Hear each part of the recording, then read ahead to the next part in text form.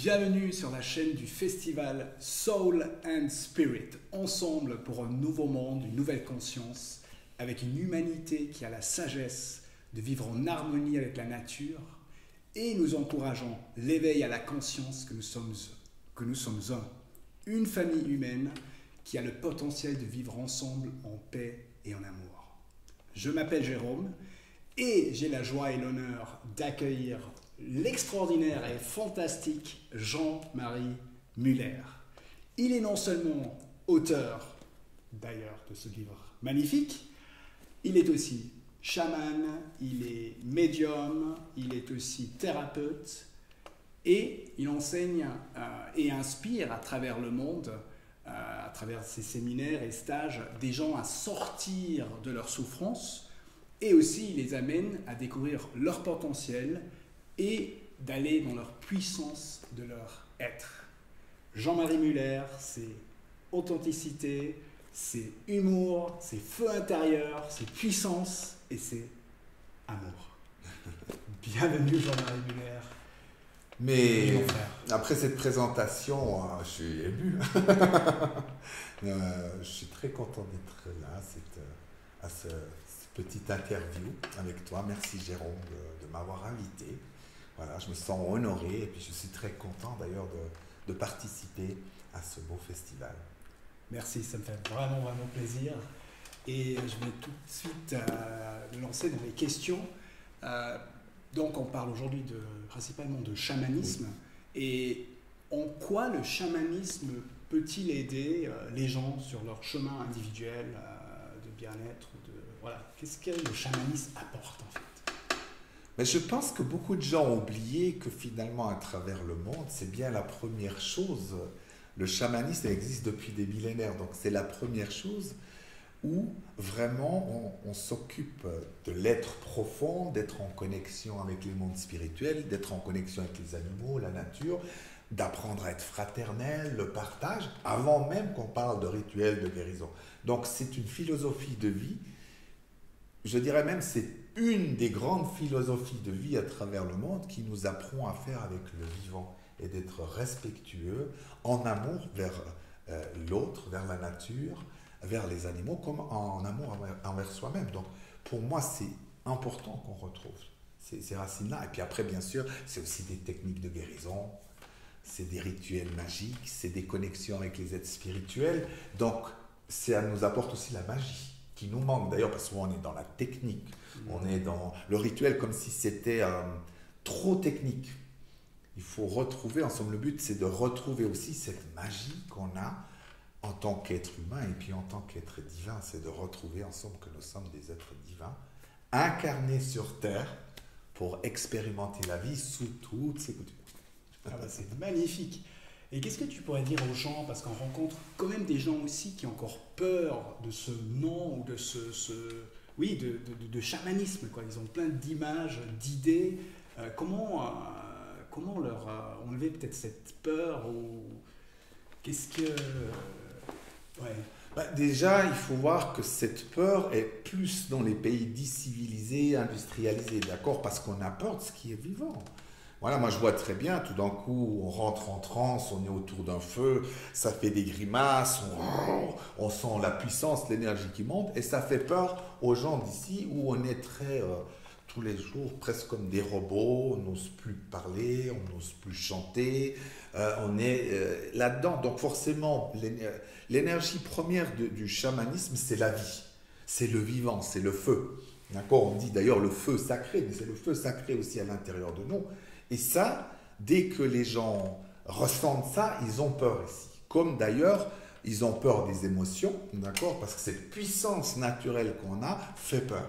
Puis après aussi, il y a on voit le chaman des fois, quand on va dans certains pays, il est plein de terre, debout comme ça, et puis on le voit un peu baver, et tout ça nous rappelle, c'est comme si nous, en tant qu'occidentaux, on voyait plus ça comme, oui, le mal.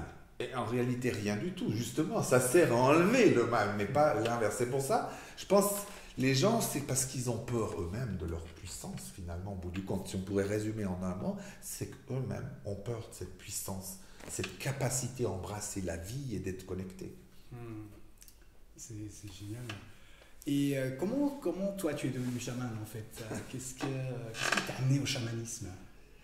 C'est en somme une longue histoire, puisque quand j'étais enfant et dans mon adolescence, j'allais régulièrement en forêt. Et je faisais déjà des rituels, mais j'appelais pas ça comme ça. Donc je faisais des chants, je voyais autour d'un arbre, je mettais de la terre, des pierres comme ça, et je faisais des chants, ou quand j'étais triste, pas bien, j'utilisais ce moyen-là. Mais je ne savais pas que c'était du chamanisme, d'accord? Les années ont passé, et j'ai laissé tomber tout ça. Je pense que ça me faisait tout simplement peur. Puis vers l'âge de 40 ans, je sens moi un appel, et bien sûr les choses sont bien faites puisque je connaissais Joanne qui est une merveilleuse chamane et qui enseignait le chamanisme sauvage, et elle m'a dit écoute, ça ne tenterait pas d'être initié à ce genre de chamanisme, et là j'étais tout de suite emballé parce que je me suis dit c'est un chamanisme qui me correspond, voilà, où on va apprendre aux gens justement à être puissants, à être reliés, à être naturels, d'accord. En somme, c'est le savoir-être qui va être primordial et non pas d'apprendre des choses par cœur. Alors tout de suite, j'ai été emballé parce que ça me parlait vraiment dans mon cœur. Je me suis dit, les choses doivent être simples et puis on doit ressentir dans le chamanisme, ce n'est pas quelque chose d'intellectuel. Tout de suite, j'ai bien vu que j'étais tout d'un coup face à la peur de la puissance que j'ai à l'intérieur de moi. Donc du coup, ça m'a amené à très rapidement, et des mémoires sont revenues d'ailleurs de vie de chaman que j'avais eu. Et tout d'un coup, je me suis dit, mais oui, en plus de ça, dans mon enfance, ma manière de chanter déjà, ma manière de faire une gestuelle, j'ai dit, tiens, c'est incroyable que sans le savoir, il y a des choses qui sont là, qu'on fait, même des chants un peu bizarres, que tout le monde rigolait de moi parce que le son était très bizarre, et bien j'ai vu que ça venait de vie antérieure aussi. Donc il y a tout ça à la fois, et puis voilà, avec Joanne, après, on a fait des formations ensemble pour aussi transmettre ces belles choses avec Tal, avec Gwen, on transmet ces valeurs du chamanisme, pardon. Ah ben c'est magnifique. D'ailleurs, il y a tous les trois qui vont aussi être au festival Soul and Spirit et je vais aussi les interviewer, et comme ça on verra aussi plus profondément leur chemin de vie. Et donc, tu dis aussi que chacun peut découvrir ou peut tout d'un coup remarquer qu'il a plus de côté chaman qu'il savait, hein, qu'il a déjà des talents en lui, qu'il peut découvrir ça à travers justement des enseignements ou des séminaires ou des stages.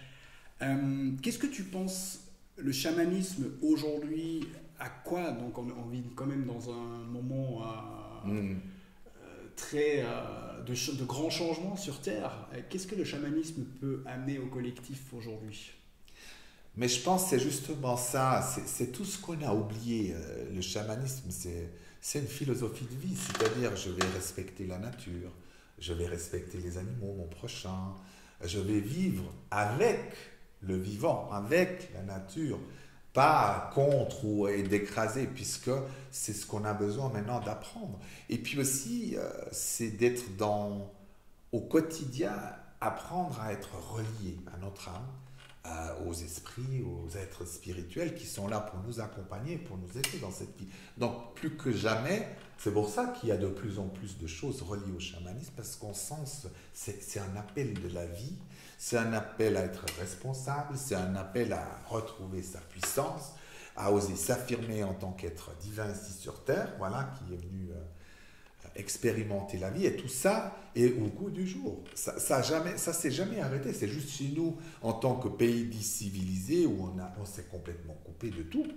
Donc c'est normal qu'il y ait un appel de la vie sous la forme, entre autres, du chamanisme, pas que, mais le chamanisme apporte ça. Et je sais pas, peut-être pour finir de répondre à cette question, je trouve que c'est aussi un appel à la fraternité. Voilà, à refaire ensemble, à être dans le partage, à être authentique, de se montrer tel qu'on est. C'est une journée ou un moment où on n'est pas bien, vous n'avez pas besoin de mettre de masque. Et normalement, j'avais vu ça dans une émission magnifique à la télévision, mais je devais avoir 16-17 ans. Je me souviendrai toujours, c'est un village dans lequel, si quelqu'un va mal, tout le monde s'arrête. Donc on ne continue pas à vivre comme on fait chez nous. À la rigueur, tu as une crise cardiaque au milieu de la ville, si tu as une chance, si quelqu'un s'arrête au téléphone, là, les gens ne peuvent pas accepter que comme quoi, si jamais il y a quelque chose qui ne va pas, on s'arrête. On fait ce qui est nécessaire pour que la personne soit dans l'énergie de vie, puis après on continue. Et je trouvais ça magnifique parce que ça montait une fraternité immense. C'est qu'on a conscience aussi, parce que souvent on dit, oui, il faut se développer, développement personnel, mais c'est aussi un développement humain. Donc la fraternité me semble indispensable. On est des milliards d'individus. Si on n'a pas un peu de fraternité, on n'y arrivera pas. Merci, donc ça donne vraiment les clés pour une humanité qui peut vivre en paix et vraiment dans notre vrai potentiel. Qu'est-ce que est la spécificité de la médecine du chaman Jean-Marie Muller? Donc, comment chaman Jean-Marie Muller? C'est vrai qu'en tant que chaman, je pense qu'on a chacun nos spécificités. Déjà, nous sommes convaincus je suis convaincu que vraiment on est tous vraiment de merveilleux chamans. Maintenant, c'est vrai avec nos spécificités. Moi, j'en ai une. Je sens chez moi fort le chaman guérisseur. Mais toujours, je vais faire un travail avec les aides spirituelles. C'est comme une équipe de choc ensemble. Et d'ailleurs, j'aime faire des guérisons avec d'autres chamans en même temps parce que c'est un vrai festival. Et puis, il y a le côté enseignant aussi. Donc, j'ai le chaman qui transmet. Voilà, parce que mon but est aussi de donner la main à tous ceux qui ont envie d'eux aussi découvrir leur chaman. Donc, il y a ce chaman enseignant. Voilà, il y a aussi le côté que je mettrai un peu à part, mais que je trouve que le chaman me fait retrouver la magie. Voilà, la magie, parce qu'il se passe toujours des choses incroyables, les synchronicités sont... Quand je fais du chamanisme, c'est toujours des trucs. Bon, des fois, c'est pas trop agréable parce qu'on doit travailler sur soi, hein, on sent que le moment est venu, mais c'est quand même toujours incroyable. On ne peut plus nier la magie. Et ça, je vois que dans ma propre vie, j'en ai besoin, et j'ai besoin de le voir aussi dans l'humanité ensemble. Voilà, donc, voilà, et puis peut-être une dernière chose, on va relier ça aussi. J'ai un côté thérapeute très fort. Donc on peut l'associer aussi au chaman, puisqu'en même temps, je vais travailler les blessures des gens. Voilà, je vais les lire, je vais leur donner un peu le moyen de faire autrement, d'accord? On va le mettre aussi dans le chaman, même si c'est une partie thérapeute, mais parfois les choses... Voilà, je pense qu'on peut tout à fait imaginer qu'on est à la fois chaman, qu'à l'intérieur de nous, il y a un médium et un thérapeute, et que tout ça, finalement, ensemble, c'est encore mieux, si on peut faire tout ça à la fois. Voilà, donc on peut mieux aider, on peut mieux inspirer les gens. Et qu'est-ce que les gens peuvent s'attendre s'ils viennent à un atelier de chamanisme, notamment au festival Soul and Spirit? Alors cette fois-ci, justement, je parlais de guérisseur, j'avais envie de faire une guérison au festival de chamanisme, une guérison, et je vais montrer comment on fait ensemble une guérison et de canaliser les aides spirituelles, de ne pas avoir peur de sa puissance, parce que c'est vrai que tout d'un coup, dans des formes de transe ou d'état de conscience modifié, l'énergie est tellement puissante, des fois on a envie de partir en courant, mais c'est d'oser se laisser traverser par ces énergies des guides ou de grands esprits, on va dire comme ça, pour être dans des termes un peu plus chamaniques. Donc j'avais envie de vivre cette expérience, faire vivre cette expérience avec les gens, mais aussi de leur donner un petit peu comment faire ensemble pour faire la même chose sur eux déjà. Moi j'aime toujours le côté pratique. À la fois j'aime donner et puis à la fois j'aime montrer aux gens, regardez, voilà comment vous pouvez faire pour que ça fonctionne très bien. Donc voilà ce qu'on va voir un peu pendant cet atelier. Super. Et pour toi, qu'est-ce qui a changé peut-être des traditions chamaniques? Est-ce que le chamanisme a évolué et comment il a évolué? Qu'est-ce que tu penses sur ça? Comme toute chose, ça va peut-être choquer les gens, les choses sont amenées à évoluer. Sinon, elles disparaissent. Et je pense que dans le chamanisme, comme dans tout, je sais bien que ça va déranger du monde, mais vraiment, j'ai l'intime conviction que si on regarde par exemple à certains endroits en Afrique, il y a encore du chamanisme presque primaire, d'accord, donc qui est proche. Après, dans certains endroits, même en Amérique du Nord, où il y a eu un mélange, les chamans eux aussi sont avec les rêves de capitalisme, d'avoir plus. Tout d'un coup, tout ça se mélange pas très bien. Donc forcément, On a les mêmes travers humains, où qu'on soit des fois dans le monde, sauf si on a été un peu préservé. Donc, du coup, le chamanisme a besoin d'évoluer et a besoin peut-être à revenir comme à sa source, c'est-à-dire où le savoir-être est plus important. Que justement, des fois, on se dit, mon Dieu, mais ça va être compliqué de faire juste un rituel. Si je dois prendre 6 mois à faire un rituel de guérison, c'est énorme. Quand quelqu'un a un cancer, moi, je me dis, tiens, mais il y a des guides très compétents, il suffit de laisser passer et de faire ça. Non pas que je suis contre la formation, d'accord, mais il faut revenir à l'essentiel, d'accord. Le but, c'est aussi d'être connecté à ces esprits et à votre âme. Comme ça, on peut faire de la magie. Donc, du coup, il est déjà en train d'évoluer depuis bien des années. Alors, bien sûr, il y a les côtés positifs, comme parfois, il y a des côtés où il y a aussi des dérives, mais ça, je pense qu'on ne peut pas éviter. Avant qu'une chose s'équilibre, il faut accepter que, c'est comme nous. On voit bien qu'on tombe, des fois on est à côté de la plaque, et bien si on arrive à voir, à un moment donné, dire ok, je vais me corriger un peu, là c'est pas terrible. Et je pense qu'au niveau humain, c'est la même chose. Le chamanisme évolue avec ses moments de haut, de bas, avec toutes sortes d'êtres humains. Donc on va apprendre aussi à être tolérant, à accepter les faux pas, qu'on est encore aussi, malgré tout, toujours des apprentis de la vie. Et est-ce que tu peux encore me dire quelques mots sur ton magnifique livre La puissance de l'être? Oui, oui, je pense aussi c'est à l'heure actuelle que les gens puissent retrouver leur connexion, leur puissance. C'est-à-dire on est des gens, des êtres incroyablement puissants, capables, avec des dons incroyables, et l'humanité a besoin de nous, mais dans notre puissance responsable et qui amène les dons et les talents. Donc j'ai voulu essayer d'être le plus condensé possible dans un ouvrage qui est très simple, déjà de mettre une partie aussi de théorie pour savoir qui nous sommes, comment on fonctionne, parce que souvent on ne sait pas, parce qu'on a besoin d'un peu de théorie quand même. Après, d'amener les gens aussi dans la pratique, c'est de comprendre, mais d'où vient un conflit? Comment ça se fait que ça fait la 3e fois que voilà, j'ai un enfant et je fais un petit accident, donc, ou des choses qui se répètent, j'ai tout le temps le même genre de femme, et à un moment donné, il faut bien qu'on sache d'où viennent nos succès, nos malheurs, nos maladies. D'accord? Donc dans ce livre, j'ai essayé d'être le plus précis possible, et en mettant des exercices aussi, pour être fluide dans les émotions. J'ai revisité aussi des classiques, par exemple, avec les... C'est vrai, souvent on a un côté négatif sur les pensées négatives. Ah oui, mon Dieu, c'est elles qui sont source de misère, mais on ne sait pas qui à l'intérieur de nous pense négatif. Et bien là, j'essaie même d'inverser. C'est que ces pensées négatives, quand on en a conscience, on peut avoir conscience de la blessure qu'on a et la travailler. Donc du coup, tout peut devenir positif et magique pour autant qu'on le prend comme ça. Voilà, et puis j'ai voulu que les gens puissent le prendre, même le stabilo bosser en disant tiens, oui, il m'a dit ça là-dessus, ça me rappelle mon frère. Bref, qu'on ait tout de suite un élément pour que les gens puissent s'identifier à ce qui se passe dans leur vie. Le but, c'est toujours que ça serve après réellement dans notre vie. Voilà, et puis je voulais aussi que ce soit simple à lire, voilà, qu'on soit maintenant physicien nucléaire, maman de famille, maçon, ou même quelqu'un qui ne parle pas encore bien le français. J'ai essayé d'être le plus simple possible dans les mots pour que ce soit simple à comprendre et que ça se lit un peu presque comme un roman. Oui, et puis c'est vraiment très très précieux. D'ailleurs, je trouve l'humanité, ce qu'on a comme problème, c'est de faire l'expérience qu'on peut vraiment changer. Oui.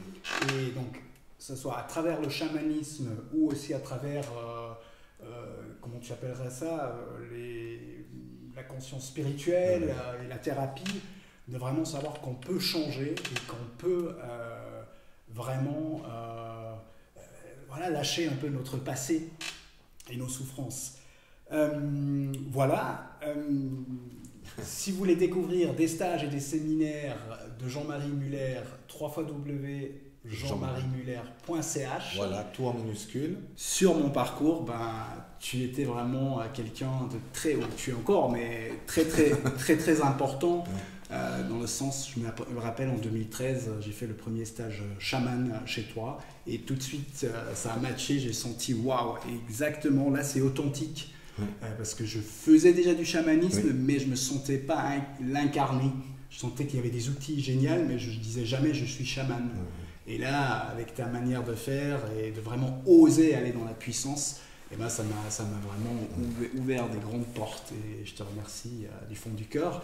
Et c'est ce que je souhaite aussi, et ce que nous souhaitons avec le festival Soul and Spirit, c'est d'ouvrir des portes, de donner accès aux gens à leur nature essentielle. Ben, chacun doit après crier et chanter, c'est pas ça le truc, mais vraiment d'aller sentir la puissance du changement et de l'être de chacun pour vraiment vivre dans la joie et voilà, dans le bien-être. Voilà. Eh ben, je me réjouis. En tout cas, merci infiniment déjà de m'avoir invité au festival. Voilà, je me réjouis de ce moment. Et je prie pour que tout se passe bien, parce qu'à l'heure actuelle, c'est toujours difficile de programmer, mais il faut continuer. Moi, je pense que c'est bien, il faut y aller, on y croit. Oser aller, réaliser quand même vos choses, même si ça ne se passerait pas, ça veut dire que c'est que...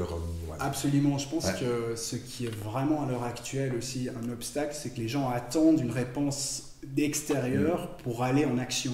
Et c'est vraiment pas le truc à faire, c'est ce qui nous bloque totalement. Donc c'est pour ça que nous on y tient, on y croit. Donc du 25 au 27 juin 2021 au bord du lac de Bienne, le festival Soul and Spirit. Vous êtes tous les bienvenus. Merci beaucoup. Merci Jean-Marie. Merci. Et au plaisir. À bientôt. À bientôt.